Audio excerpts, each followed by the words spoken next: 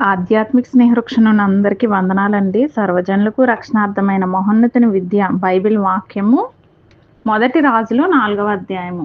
రాజైన సొలొమోను ఇశ్రాయేలీయులందరి మీద రాజాయెను.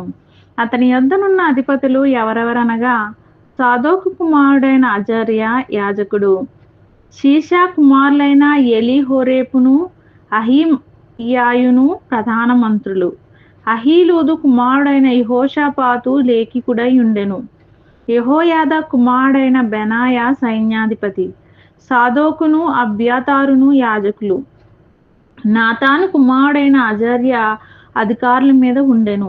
నాతాను కుమారుడైన జాబూదు రాజు సముఖములోని మిత్రుడును మంత్రియునై ఉండెను. అహీషారు గృహ నిర్వాహకుడు, అబ్దా కుమారుడైన అదోనీరాము వెట్టి పని విషయంలో అధికారి. ఇశ్రాయేలీయులందరి మీద సొలొమోను 12 అధికారులను నియమించెను. వీరు రాజునకును అతని ఇంటి వారికిని ఆహారము సంగ్రహము చేయువారు. సంవత్సరమందు ఒక్కొక్క నెలకు వారిలో ఒక్కొక్కడు ఆహారమును సంగ్రహము చేయుచుండెను.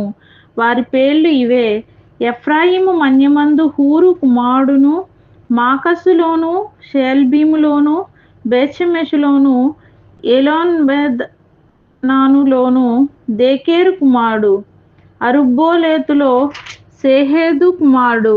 వీనికి సోకో దేశమును హేపెరు దేశమంతయు నియమింపబడెను. మరియు అబినాదాబు కుమారునికి దోరు మన్య ప్రదేశమంతయు నియమింపబడెను. సొలొమోను కుమార్తె అయిన టాపాతు ఇతనికి భార్య. మరియు అహీలూదు కుమారుడైన బయానాకు తానాకును మెగిద్దోయును బేత్షెయాను ప్రదేశమంతయును నియమింపబడెను. ఇది యెజ్రెయేలు దగ్గరనున్న సారెతా నుండి బేత్షెయాను మొదలుకొని అబేల్మహోలా వరకును యక్నెయాము అవతలి స్థలం వరకును వ్యాపించుచున్నది. గేబెరు కుమారుడు రామోత్గిలాదునందు కాపురముండెను. వీనికి గిలాదులో నుండి మనష్షేకు కుమారుడైన యాయీరు గ్రామములను, బాషానులోనున్న అర్గోబు దేశమును నియమింపబడెను. అది ప్రాకారములను, ఇత్తడి అడ్డగడలను గల 60 గొప్ప పట్టణములు గల ప్రదేశము. ఇద్దో కుమారుడైన అహీనాదాబు మహానయీములో నుండెను. నఫ్తాలీము దేశమందు అహీమయస్సు ఉండెను. వీడు సొలొమోను కుమార్తె అయిన బాశెమతును వివాహము చేసుకొనెను. ఆషేరులోను అలోతులోను హూషై కుమారుడైన బయానా ఉండెను. ఇస్సాకారు దేశమందు పరూయాహు కుమారుడైన యెహోషాపాతు ఉండెను. బెన్యామీను దేశమందు ఏలా కుమారుడైన షిమీ ఉండెను. గిలాదు దేశమందును, అమోరీయులకు రాజైన సీహోను దేశమందును, బాషాను రాజైన ఓగు దేశమందును ఊరీ కుమారుడైన గేబెరు ఉండెను. అతడు ఒక్కడే ఆ దేశమందు అధికారి. అయితే యూదావారును ఇశ్రాయేలు వారును సముద్రపు ధరనున్న ఇసుక రేణువులంత విస్తార సమూహమై తినుచు త్రాగుచు సంభ్రపడుచు నుండిరి. నది యూఫ్రటీసు మొదలుకొని ఐగుప్తు సరిహద్దు వరకు ఈ మధ్యనున్న రాజ్యములన్నిటి మీదను ఫిలిస్తీయుల దేశమంతటి మీదను సొలొమోను ప్రభుత్వం చేసెను. ఆ జనులు పన్ను చెల్లించుచు సొలొమోను బ్రతికిన దినములన్నీయు అతనికి సేవ చేయుచూ వచ్చిరి. ఒక్కొక్క దినమునకు సొలొమోను భోజనపు సామాగ్రి ఎంత అనగా 600 తూముల సన్నపు గోధుమ పిండియు, 1200 తూముల ముతక పిండియు, క్రొవ్విన ఎడ్లు 10, విడి ఎడ్లు 20, 100 గొర్రెలను, ఇవియు గాక ఎర్రదుప్పులు, దుప్పులు, జింకలు, క్రొవ్విన బాతులను తేబడెను.